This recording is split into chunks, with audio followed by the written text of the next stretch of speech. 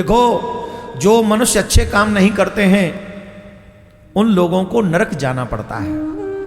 नरकों के नाम सुनो: तामिश्र, अंग तामिश्र, रौरव, महारौरव, कुंभीपाक, कालसूत्र, सुकरमुख, अस्त्रीपत्रवन, अंधकूप, कृमिभोज, संदंस, सप्तसूर्मी, जिसे तप्तसूर्मी भी कहा गया, वज्रकंटक, सालमली, वैतरणी, पुयोध, प्राणरोध, विशसन, लालवक्ष, सारमेयादन, अभीचमान, ऐपान, क्षारकर्दम, लालवक्ष,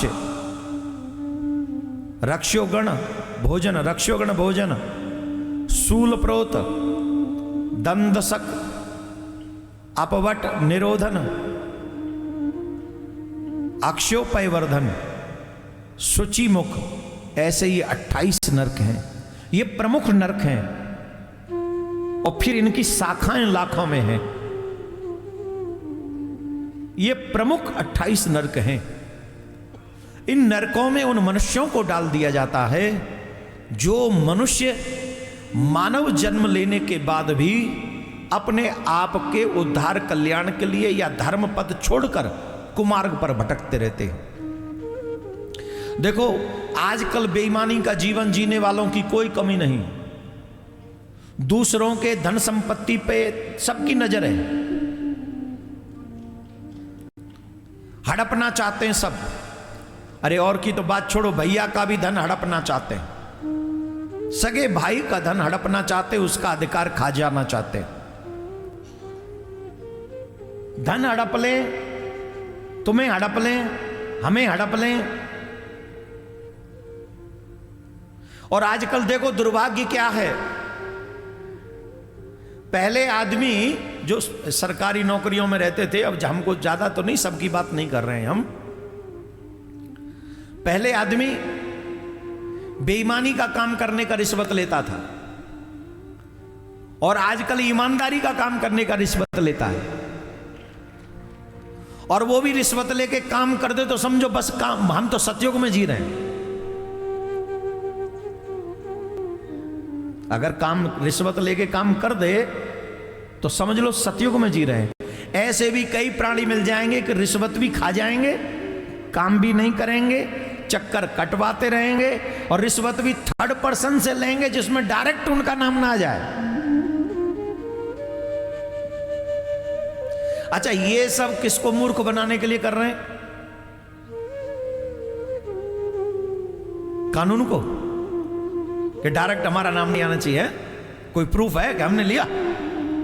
हाँ हाँ, सरकार कोर्ट में तो हम प्रूफ नहीं कर पाएंगे कि हमने दिया, लेकिन जिस कोर्ट में मर के तुमको जाना पड़ेगा वहां तुम्हारा बाप अपने मुंह से स्वीकार करेगा कि तुमने लिया और काम भी नहीं किया।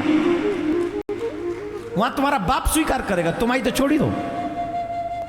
जो रिश्वत ले लेते हैं, झूठ सांच करके किसी की जमीन पे कब्जा कर लेते हैं, सुनिए सुनिए, उन्हें कौन से नरक में जाना पड़ता है? उस नरक का नाम है तामिश्र नरक। क्या नाम है? तुम सबको पागल बना सकते हो, भगवान को नहीं। देखो, उनके कई दूत हैं। गरुड़ पुराण में, हम जब गरुड़ पुराण कह रहे थे तब हमने उसमें बताया था भगवान के बहुत विशेष दूत हैं, श्रवण और श्रवणी। 24 घंटे तुम्हारे पीछे लगे रहते हो, तुम्हें पता भी नहीं चलता है। तुम्हारे मन में क्या चल रहा है वो भी वो नोट करते रहते हैं। तुम्हारा एक आदमी लगा है पीछे तुम्हारे डायरी लेके, डेट, टाइम और स्थान, तुमने किस दिन, किस समय, किस स्थान पर क्या सोचा, वो सब नोट हो रहा है। कौन कर रहे हैं? श्रवण और श्रवणी। मरणोपरांत वही डायरी तुम्हारे हाथ में पकड़ा दी जाती है। और जब तुम हम तो ऐसे नहीं किया, हम तो ऐसे नहीं किया, भगवान कहते, यमराज कहते इधर आओ, यू कैन रीड इट, इसे रीड करो, पढ़ो। इस समय यहां थे, था, ये समय था, यही स्थान था, यही सोच रहे थे, जी सर, बोल चल तामस नरक में। अब तेरी कुटाई होगी, तेरी पीठ लाल करी जाएगी, ते माथो लाल करे जाओ, तेरे माथे पे दैदनादन मोंगरी पड़ेंगी, लाल लाल लोहे की मोंगरी, लोहे की मोंगरी होंगी, लोहे की मोंगरा होंगे, लोहे की गदा होंगी, लोहे के बाण होंगे, और वो आंच में जरा जरा के लाल करे जाएंगे। पहले आपने कोई लोहे का बर्तन पात्र, लोहे का कोई सरिया बरिया आग में दिया है? आग में दिया है? देखा है? अरे वो नहीं देखा सड़क पे जो आग में दे के लाल कर लेता है, फिर दनादन कूटता है उसको? हाँ, देखा है कि नहीं? तो आग में देने से कैसा हो जाता लोहा? कैसा हो जाता है? एकदम गदा लाल, मुगदर लाल, मोंगरी लाल, और लाल करके फिर कर देते हैं उस पापी को लालम लाल। फिर कहता है बचाओ बचाओ, बोले अब कहता है बचाओ बचाओ, पहले नहीं सोची थी? तूने कर्म की, हमने थोड़ी किए। जो मनुष्य दूसरे की संपदा का हरण कर लेता है, पराई स्त्री को, आहा ले ले नाच ले, आजा आजा आजा बेटा ले, पति को मार के देवर के संग है? भाई को मार के भाभी को लेके भाग गए, चल बेटा तामस नरक में चल, वहां तेरी वो कुटाई है जाएगी। बताओ चलाए। जो प्राणी दूसरे की संपदा का हरण करता है, जो परिस्त्री का हरण कर लेता है, जो बच्चों का हरण कर लेता है, यमदूत उसे तामस नरक में ले जाकर पटक देते हैं और ऐसी मार लगाते हैं, ऐसी मार लगाते हैं, वो बिलबिलाता रहता है छोड़ दो छोड़ दो छोड़ दो। तब वो यमराज के दूत कहते हैं, अब कहता है छोड़ दो, तूने ही बुरे कर्म नहीं छोड़े तो अब तुझे हम कैसे छोड़ दें? तेरे ही कर्मों का फल अब तुझे भोगना पड़ेगा। ले दे दनादन, ले दे दनादन, ले दे दनादन।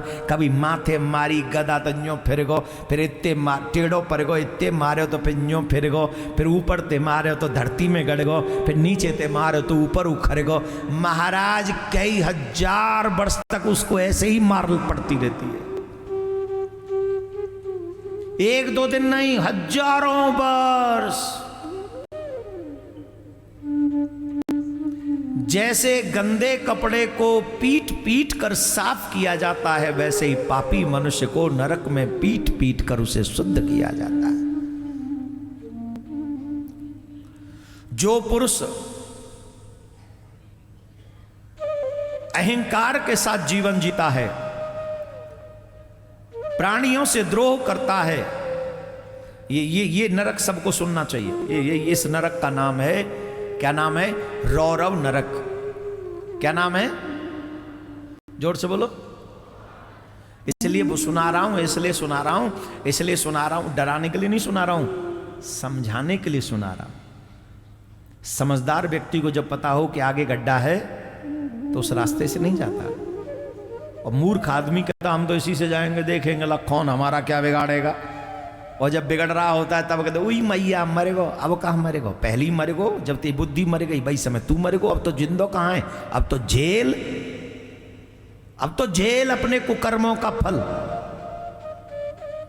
समझदार वही है। जब ये पुराण क्यों सुने जाते हैं, ये कथा क्यों सुनी जाती है? जिससे हम सावधान हो जाएं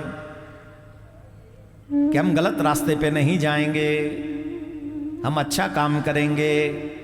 अब सुनो, जो मनुष्य मदान्ध रहता है, अभिमान में भरा रहता है, अहंकार से भरपूर्ण रहता है और दूसरों से द्वेष करता है, मात्र अपने परिवार के पालन पोषण में ही पूरा जीवन निकाल देता है,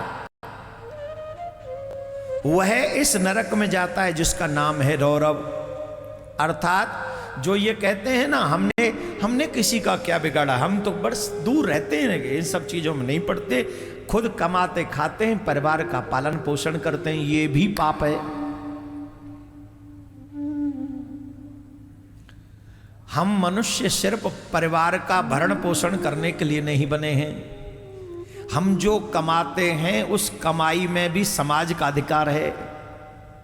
ध्यान से सुनो, जो हम धन कमाते हैं उस धन में दीन दुखियों का भी अधिकार है। शास्त्रों के अनुसार अगर कोई दुखी तुम्हारे यहां जाए तो उसकी सहायता करो।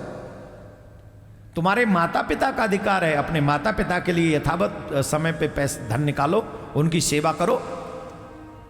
तुम्हारे धर्म का भी अधिकार है, 10 अंश अपने धर्म की रक्षा के लिए स्पेंड करना चाहिए। हर एक धनवान को, धनवान नहीं 100 रुपया भी कमाता है तो उसके 2-4 रुपए तो धर्म की रक्षा के लिए जाने ही चाहिए। हमारी कमाई पे समाज का भी अधिकार है, दीन दुखियों का भी अधिकार है, हमारे माता पिता का अधिकार है, हमारे धर्म का अधिकार है। लेकिन ये सब कार्य न करके सिर्फ अपने परिवार का ही पोषण करता है, उससे रौरव नरक में जाना पड़ता है। जो अहंकार करता है कि मकान मेरा, दुकान मेरा, उसे भी रौरव नरक में जाना पड़ता है। और वहाँ भूरिश्रृंग नाम के जीव होते हैं और उसके मांस को नोच नोच के, बड़ी बड़ी चोंच होती हैं उनकी, ध्यान से सुनना, बड़ी बड़ी चोंच होती हैं और बड़ी बड़ी चोंचों से वो उसके मांस को नोच नोच के खाते, नोच नोच के। तब वो चीखता है हम पे दया करो, हमें छोड़ दो, हमें छोड़ दो। तब वो कहते हैं कि तूने अपने जीवन भर की कमाई से इसी शरीर को तो बनाया है, तूने किया क्या है? तूने तो धर्म किया नहीं, इसी शरीर को बनाता रहा। अब बताइए शरीर तेरे काम आएगा? तेरे नहीं, अभी हमारे काम आएगा, हम इसे नोच नोच के खाएंगे। तब वो चीखता है मुझे छोड़ दो, मुझे छोड़ दो। तब वो यमराज के दूत कहते हैं तूने इस धन का सदुपयोग अगर दीन दुखियों की सेवा के लिए किया होता, तूने इस धन का सदुपयोग उन लोगों की सहायता के लिए किया होता, गौ माता की सेवा के लिए, धर्म की रक्षा के लिए किया होता, तो आज हम तेरा मांस नहीं खा रहे होते। कई लोग कहते हम तो परिवार पालन पोषण में लगे, हम तो किसी का कुछ नहीं बिगाड़ रहे। धर्म के अनुसार वो भी गलत है। धर्म की सेवा करो, गौ की सेवा करो, माता पिता की सेवा करो, दीन दुखियों की सेवा करो। सामर्थ्यवान होने का यही, देखो फलदार जो वृक्ष होता है, जो वृक्ष फलदार होता है उस पे सबका अधिकार होता है, और जिस वृक्ष पे फल नहीं लगते वहां कोई जाता भी नहीं। वैसे ही जो धनवान होते हैं उन धनवान लोगों पे धर्म का भी अधिकार है, समाज का भी अधिकार है, अच्छे कार्यों का भी अधिकार है। गौ माता भी आशा करती है उन्हीं धनवान लोगों से, और वो धनवान चुप सुकड़ के बैठ जाए, मी एंड माई फैमिली, तो फिर रौरव नरक में जाओ और कष्ट भोगो, राधे राधे बोलना पड़ेगा। अब जो मांस खाते हैं वो भी सुन लो। कुंभी पाक नाम का नरक है, जो अपने पेट के लिए पशु पक्षियों को रांध के खाते हैं, उनकी हत्या करते हैं अथवा करवाते हैं, उस हृदयहीन मनुष्य को, राक्षस को कुंभी पाक नरक में ले जाते हैं। और वहां पर एक बहुत लंबी चौड़ी कढ़ाई है, नीचे आग लगी है, ऊपर से तेल है, वो खौल रहा है। खौलते हुए तेल में उस मनुष्य को डाल देते हैं जो मांस आहार करता है, जो पशु पक्षियों को मारता अथवा मरवाता है। ले और खा ले, ये मुर्गी का अंडा है, खा। ये बकरे की टांग है, खा। ये लेग पीस है, खा। ये हार्ट है, खा। खौलती हुई कढ़ाई में झोंकते थे उसे। और यमराज के दूत करछला लेके खड़े हो जाते हैं चारों तरफ। वो जैसे ही बाहर निकलने लगता है, एक करछला मारते उसकी चांद पप पड़ा रहे इसी में, इधर से भागता, फिर धांधे सीना मारते हैं उसको। अरे भैया हमको निकल जाने दो। बोले तुझे शर्म नहीं आई? जब पशु पक्षियों को रांध के खाता था तब तुझे दया नहीं आई, और तुझे तब दया नहीं आई तो अब हमें दया कैसे आ सकती है? ते जैसे तूने रांधा है वैसे हम भी तुझे रांध देंगे। अब रंध चकाचक दरिया की तरह, अब रंध जा, तेरो पक्को दरिया रांध देंगे, वो भी भैंसन वारो। मानव वाला दरिया नहीं, भैंसों वाला दरिया। क्यों? मोटा दरिया, मोटा अनाज है ना, ये मोटा अनाज है। और रंध जा, कढ़ाई में रांध देते उसे, राधे राधे बोलना पड़ेगा। अब बोलो खड़ी गम्मा, ले ले राम राम सा। जो माँ बाप के आगे आंख निकाल के बात करते हैं, जोर जोर से बोलते हैं, जो ब्राह्मणों से, गुरुजनों से द्रोह करते हैं, वेद की, धर्म की निंदा करते हैं, उसे कालसूत्र नाम के नरक में गिराया जाता है। वहां 10,000 योजन लंबी चौड़ी तांबे की भूमि है। वो पूरी जो 10,000 योजन लंबी चौड़ी भूमि है वो कॉपर की है, मतलब तांबे की है। और उस तांबे की भूमि में नीचे आग लगी है। क्या लगी है? क्या लगी है? अब नीचे आग लगी होगी तो तांबे की क्या दशा होगी? ऊपर से सूर्य तपा रहा और नीचे से अग्नि तपा रही, और उस पे उस पापी व्यक्ति को दौड़ा दिया जाता है। 10,000 योजन लंबी चौड़ी है। वो चीखता है, उसके पैर जल जाते हैं, गल जाते हैं, और जहां से वो गिरता है फिर वो शरीर गलने लग जाता है। जहां से गिरता है पर प्राण नहीं निकलते, क्योंकि वो शरीर सिर्फ वेदना भोगने के लिए मिला है। तब यमराज के दूत कहते हैं, तुझे शर्म आनी चाहिए थी अपने माँ बाप के साथ सामने जोर जोर से बोलने में, तुझे शर्म आनी चाहिए थी वेद की, धर्म की निंदा करने में। तब तो तूने ये सब पाप किए, सोचा नहीं। अब तो भोग, तेरे कर्मों का फल तुझे ही भोगना पड़ेगा। राधे राधे बोलना पड़ेगा, धीरे नहीं जोर से बोलना पड़ेगा। कपिल देव कहते हैं, माँ, इन सभी नरकों से बचने का एकमात्र उपाय है गुरु की शरण में जाकर गुरु मंत्र लेकर गुरु के बताए हुए मंत्र का निष्ठा पूर्वक जाप करे।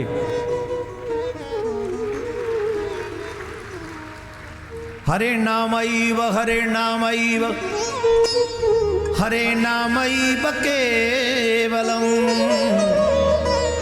कलो नास्तैव नास्तैव नास्तैव गतिरन्यथा। भगवान के नाम का सहारा लेकर पूरा जीवन जीना चाहिए।